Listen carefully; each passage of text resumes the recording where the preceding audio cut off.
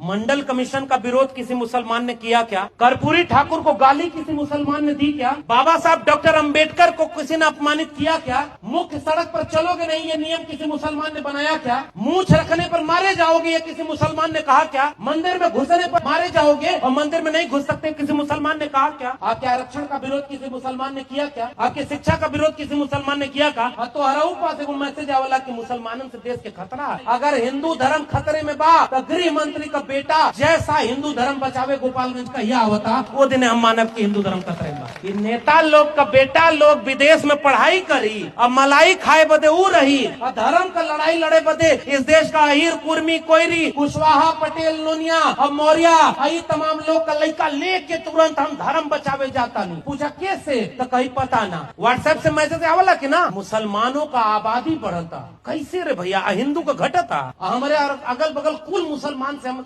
खुद पूछी ए भैया कह भैया तू कहीं न समरथ दूट कांस कर 2-4% अपवाद मिला होगा